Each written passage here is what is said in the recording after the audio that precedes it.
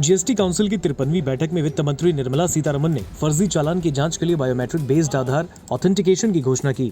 परिषद की बैठक के बाद ब्रीफिंग में वित्त मंत्री ने कहा, पूरे देश में बायोमेट्रिक बेस्ड आधार ऑथेंटिकेशन की शुरुआत होने जा रही है। इससे हमें फर्जी चालान के जरिए किए गए फर्जी इनपुट टैक्स क्रेडिट दावों से निपटने में मदद मिलेगी। चलिए आपको 10 पॉइंट में काउंसिल के द्वारा किए गए सभी बड़े ऐलान को विस्तार से बताते हैं। पहला, सीतारमण ने यह घोषणा की कि जीएसटी परिषद ने छोटे टैक्स पेयर्स के लिए रिटर्न जमा करने की समय सीमा 30 अप्रैल से बढ़ाकर 30 जून करने की सिफारिश की है। दूसरा, छोटे टैक्स पेयर्स की मदद के लिए परिषद ने जीएसटीआर 4 फॉर्म में डिटेल और रिटर्न प्रस्तुत करने की समय सीमा 30 अप्रैल से बढ़ाकर 30 जून करने की सिफारिश की। यह वित्तीय वर्ष 2024-25 के रिटर्न के लिए लागू होगा। तीसरा, जीएसटी परिषद ने धोखाधड़ी, दमन या गलत बयानी से जुड़े मामलों सहित जीएसटी अधिनियम की धारा 73 के तहत जारी किए गए डिमांड नोटिस के लिए ब्याज और पेनाल्टी माफ करने की सिफारिश की है।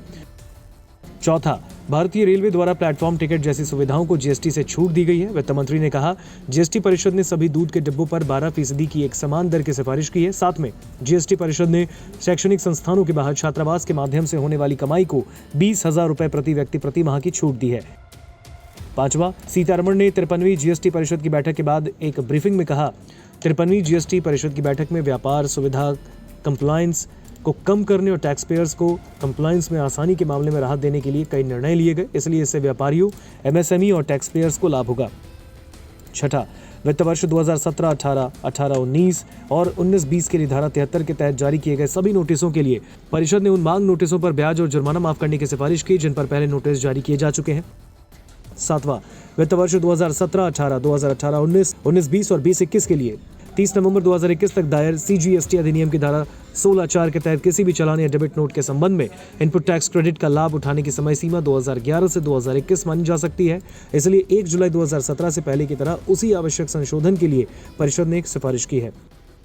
आठवां, वित्त मंत्री ने आगे घोषणा की कि जीएसटी परिषद ने विभिन्न अदालतों में विभाग द्वारा अपील दायर करने के लिए मौद्रिक सीमाओं की सिफारिश की। सरकारी मुकदमेबाजी को कम करने के लिए परिषद ने विभाग द्वारा अपील दायर करने के लिए जीएसटी अपीलीय न्यायाधिकरण के लिए 20 लाख रुपए, उच्च न्यायालय के लिए 1 करोड़ रुपए और सुप्रीम कोर्ट के लिए 2 करोड़ रुपए की मौद्रिक सीमा की सिफारिश की।